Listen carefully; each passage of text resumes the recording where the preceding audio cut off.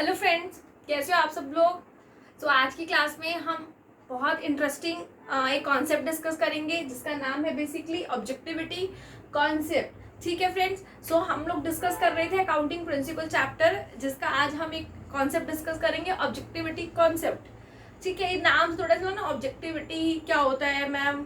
इसमें आपको ये एक छोटा सा पॉइंट, मैं एकदम लेमन लैंग्वेज में, आम आदमी की भाषा में आपको एक पॉइंट बताती हूँ। क्या हमारी किसी भी चीज में, बिजनेस के अंदर मनमर्जी चल सकती है मैम? समझ नहीं आ रहा। देखिए, जैसे सपोज हमने क्या किया, हम अपनी लाइफ का एग्जांपल लेते हैं। मैंने एक मोबाइल फोन परचेज किया, परफेक्ट, ठीक है, बिजनेस के लिए। तो जब मैं मोबाइल फोन परचेज करूंगी तो मुझे मोबाइल फोन के साथ कुछ और भी मिलता है क्या मैम? चार्जर, अरे वो तो मिलता ही है मैम। ईयरफोन्स, वो भी मिलते हैं मैम। एक चीज और मिलती है मैम, बिल मिलता है।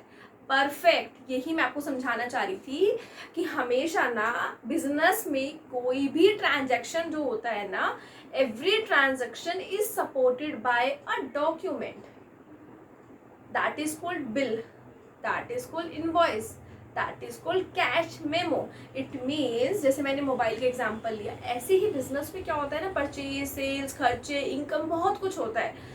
इतनी सब आइटम्स का ना बिजनेस में रिकॉर्ड रखने के लिए हमें कॉरस्पॉन्डिंग क्या चाहिए होता है?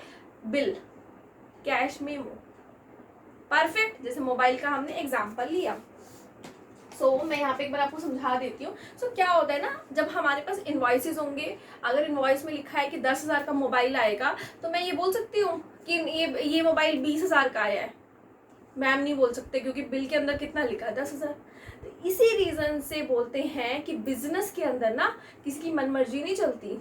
जो भी transaction through invoices, through cash memo support करती है ना, हम उन्हीं ट्रांजेक्शन्स को क्या करते हैं फ्रेंड्स? नोट करते हैं। Accounting transactions are recorded in an objective manner.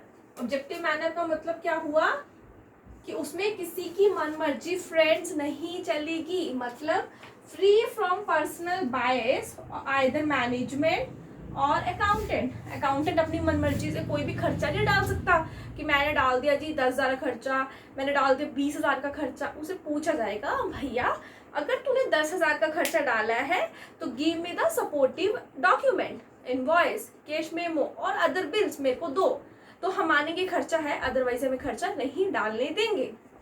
Each transaction is supported by a verifiable document and vouchers such as, जैसे मैंने यहाँ पे लिखा है कैश मेमो, इनवॉइस। ठीक है, अब कैश मेमो, इनवॉइस की क्या होता है मैम? देखो, बहुत में बच्चों क्या होता है ना, जब हम शॉप्स पे जाते हैं जहाँ पे आपका पक्का बिल बनता है। मैम, पक्का और कच्चा क्या होता है? पक्का जहाँ पे टैक्स पे करना होता है, कच्चा जहाँ पे टैक्स नहीं पे करना होता, दैट्स इट। जहाँ पे आपको बिल मिलता है दैट इज कॉल्ड इनवॉइस, पक्का बिल। जहाँ आप कच्चा बिल लेते हो वहाँ आपको मेमोज मिलते हैं, मेमो, कैश मेमो वगैरह।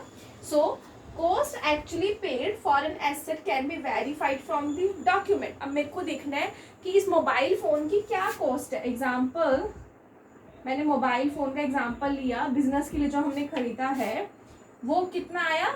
मोबाइल फोन कितने का था मेरा? 20,000 का। तो उसकी जो कॉस्ट है वो मैं कहाँ से मैच करूंगी कि 20 का ये नहीं है मैम? उसका ना बिल आता है, बिल से आप मैच कर लोगे। वही मैंने लिखा है कि cost actually paid for an asset can be verified from the document. Document कौन सा? एग्जाम्पल हुआ जैसे हमारा इनवॉइस। परफेक्ट।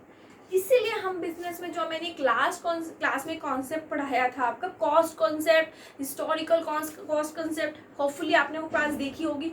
अगर आपने वो क्लास नहीं देखी है फ्रेंड्स, डोंट मिस, आप वो क्लास एक बार देख लेना। उसी से लिंक मैंने एक पॉइंट लिखा है कि market value of the asset not recorded. It means हम हमेशा कॉस्ट वैल्यू ही रिकॉर्ड करके फ्रेंड्स चलते हैं। उसका रीजन क्या है? अगर हम मार्केट वैल्यू लिखेंगे तो कभी मार्केट वैल्यू इंक्रीज, कभी डिक्रीज, कभी इंक्रीज, कभी डिक्रीज, तो हम आइडेंटिफाई नहीं कर पाएंगे कि मार्केट वैल्यू क्या है। इसीलिए ऑलवेज ऑलवेज ऑलवेज, यहाँ पे आप स्टार मार्क लिखिए, ऑलवेज, कसम खा लो कि हम हमेशा क्या दिखाते हैं? Cost value. हम मार्केट वैल्यू कभी भी नहीं दिखाएंगे।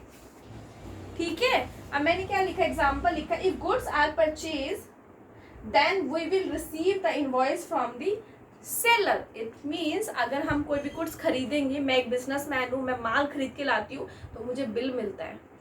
आप जब कोई भी सामान खरीदते हो तो आपको बिल मिलता है, उस वही बिल जो होता है आपकी गुड्स का सपोर्टिव डॉक्यूमेंट होता है। सो फ्रेंड्स, एक बार आप इसे नोट कर लीजिए। मैंने 3 से 4 पॉइंट्स आपके मेंशन की है, एक एग्जांपल मेंशन किया है। मैं साइड हो जाती हूँ, आप पॉज करके एक बार इसे नोट कर लो क्या क्या पॉइंट्स हैं। फर्स्ट पॉइंट है कि कोई भी ट्रांजैक्शन ऑब्जेक्टिव मैनर से ही रिकॉर्ड होगी, किसी की पर्सनल बायसनेस नहीं चलेगी, अपनी मनमर्जी नहीं चलेगी, weather he is an accountant और मैनेजमेंट और एन ऑनर और एनी अदर पर्सन। हर ट्रांजैक्शन सपोर्ट होगी थ्रू कैश मीमो या फिर इनवॉइस के थ्रू। और कॉस्ट एक्चुअली जो पे होगी उसको हम कहाँ से वेरीफाई कर पाएंगे, इनवॉइस से। और market value of the asset not consider due to historical cost concept, ये लिख देती हूँ, due to cost concept. Friends okay, example फिर हमने लिखा कि कोई गुड्स अगर हमने खरीदी है तो हम उसको कहाँ से वेरीफाई कर पाएंगे, through invoice. So guys hopefully आपने ये नोट कर लिया होगा। मैं साइड भी हो जाती हूँ, पॉज करके आप एक बार नोट कर लेना। So thank you so much guys for listen me. अगर आपको मेरी वीडियोस बहुत बहुत अच्छी लग रही है सो चैनल को सब्सक्राइब करना। आपके लिए न्यू वीडियोस, लेटेस्ट कॉन्सेप्ट्स के साथ मैं लाती रहूंगी। Thank you so much for your support.